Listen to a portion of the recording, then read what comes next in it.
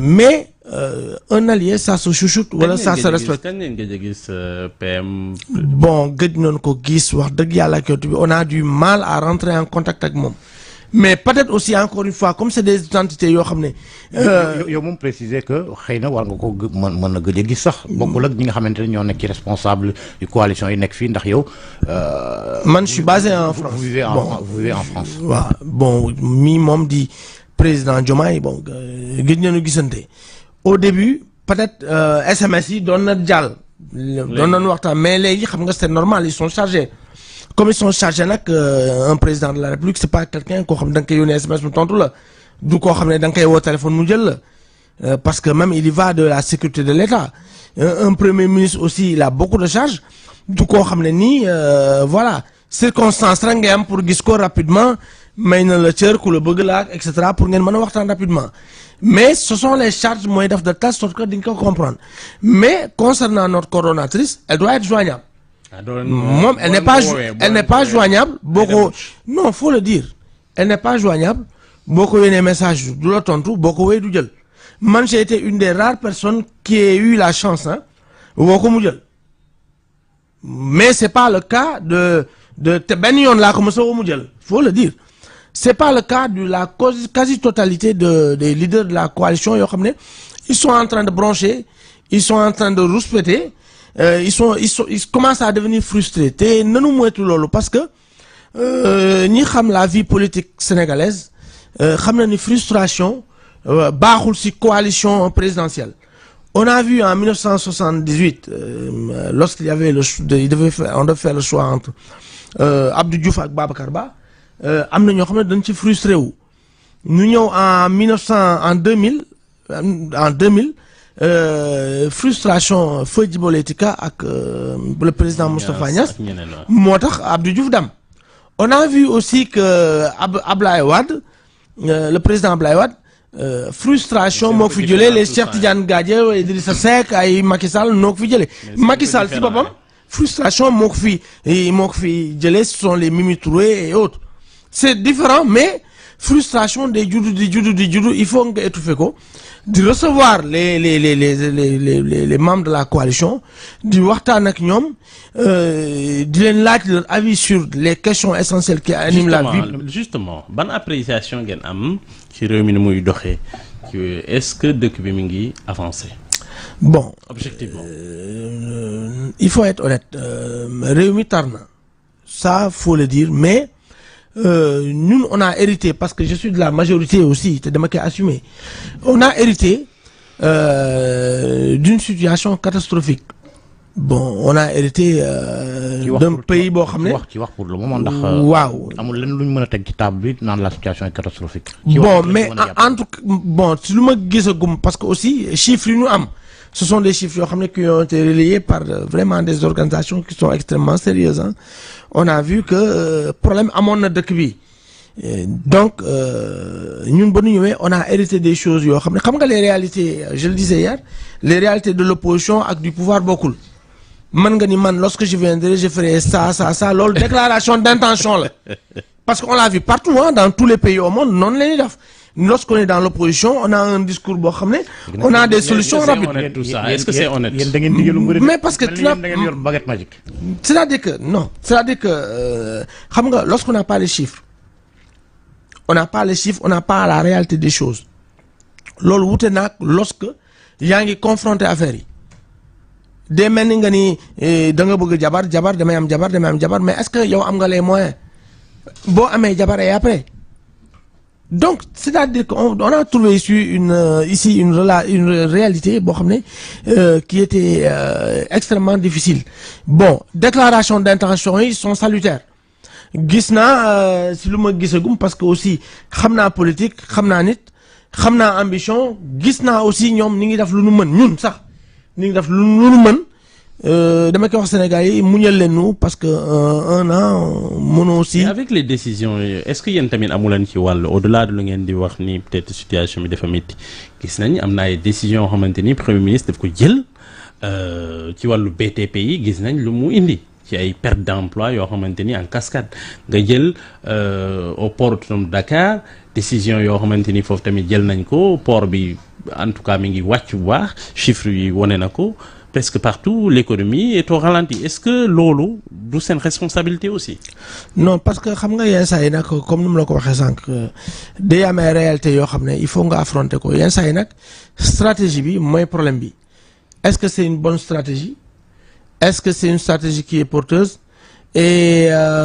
qu'est-ce qu'on peut est-ce que ça lay ci sa gis-gis yow. bon man l'essentiel bon lu ma gëm bon bu nekkee dafa am emploi supprimé nañu créer emploi il faut créer de l'emploi s'il y a des emplois waaw c'est-à-dire que non il faut nga remplacer ko parce que emploi warul tëb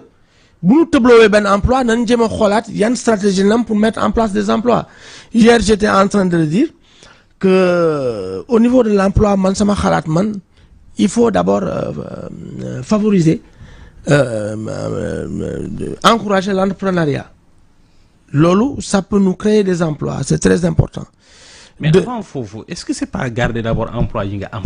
waaw qu'est-ce que vous avez fait pour garder emploi yoo xamante ni fekk ngeen ko fii te c'est des milliers ñu ngi perte. waaw mais xam nga encore comme nu mu la koy expliquer yenn saa yi da ngay gis entreprise boo xam ne day dem à volo parce que ñi fi jugee ils nous ont pas laissé une baguette magique hein wala une cuillère en or hein ay entreprises yoo xam ne danoo nekk dans le déficit lan fi fekk on a trouvé des entreprises yoo xam ne qui sont déficitaires donc qu'est-ce qu'on peut faire lan lañ mën régler problème bi essayer de trouver une autre solution loolu day am c'est des choses qui arrivent même dans les pays émergents les pays développés suppression d'emploi day am mais di loo xam ne dañ koy naqarlu warul am mais day am ça fait partie de la marche de l'économie entreprise moo demee noonu TFM tey mën ngeen maa ngi laal bant les emplois faut sauter demain mën ngeen jékki-jékki les emplois reviennent loolu day am entreprise day am ay réalités yoo xam ne da ngay nii j'ai mes finances yoo xam ne qui me permettent pas de faire face à mes dépenses lenn laa mën jéem a xool naka laay def faut toujours c'est comme ça faut rationaliser limiter les dépenses et voilà quoi augmenter les recettes. yéen waa Diomaye président da ngeen mer waaye dafa mel da ngeen di pes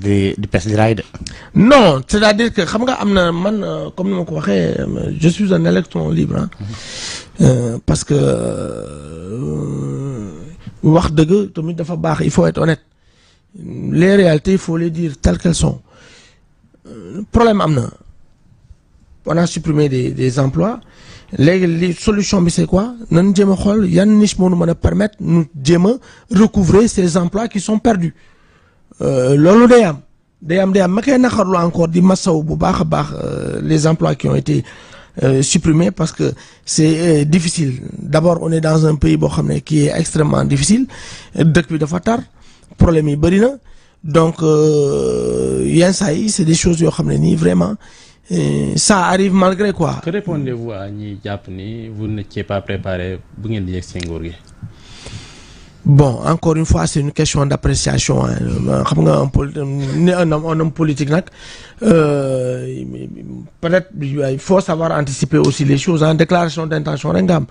parce que tey aujourd'hui je peux dire que bon mën naa diriger les États-Unis un homme politique exemple un homme politique mën naa diriger les États-Unis mën naa diriger la France mën naa diriger la Russie ou bien un des pays ou bien une économie émergente mën na nekk mais avec la réalité en face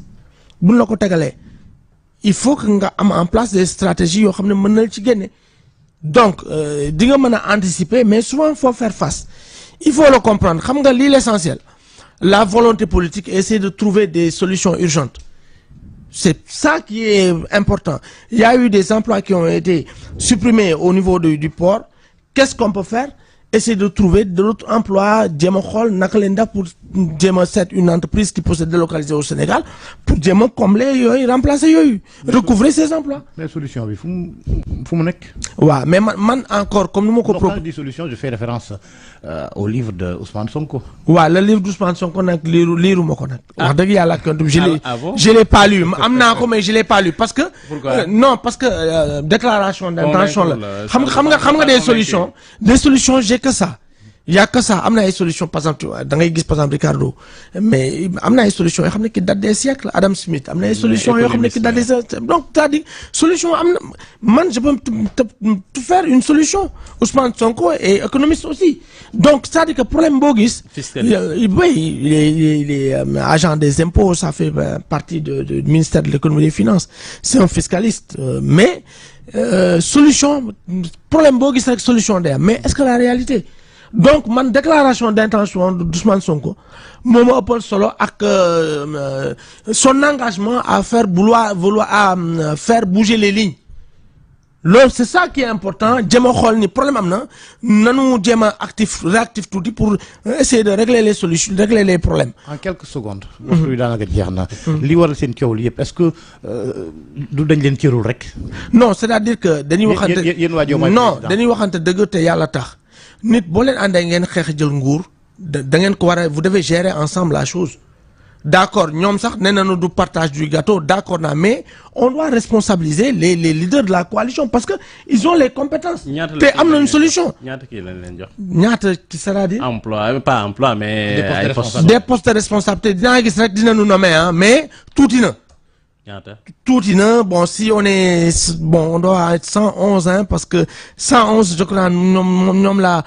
compté mais war nañ ci nommer peut-être une vingtaine wala yu mel noonu ah. bon bëgg nga yow mi mais lan moo tax bon mais bañ bëgg na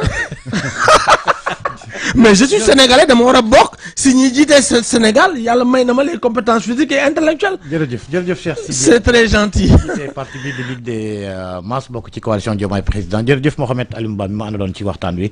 nuyu ak ziar suñu mbokk yi ca TFM ñu yendook jàmm. Merci beaucoup.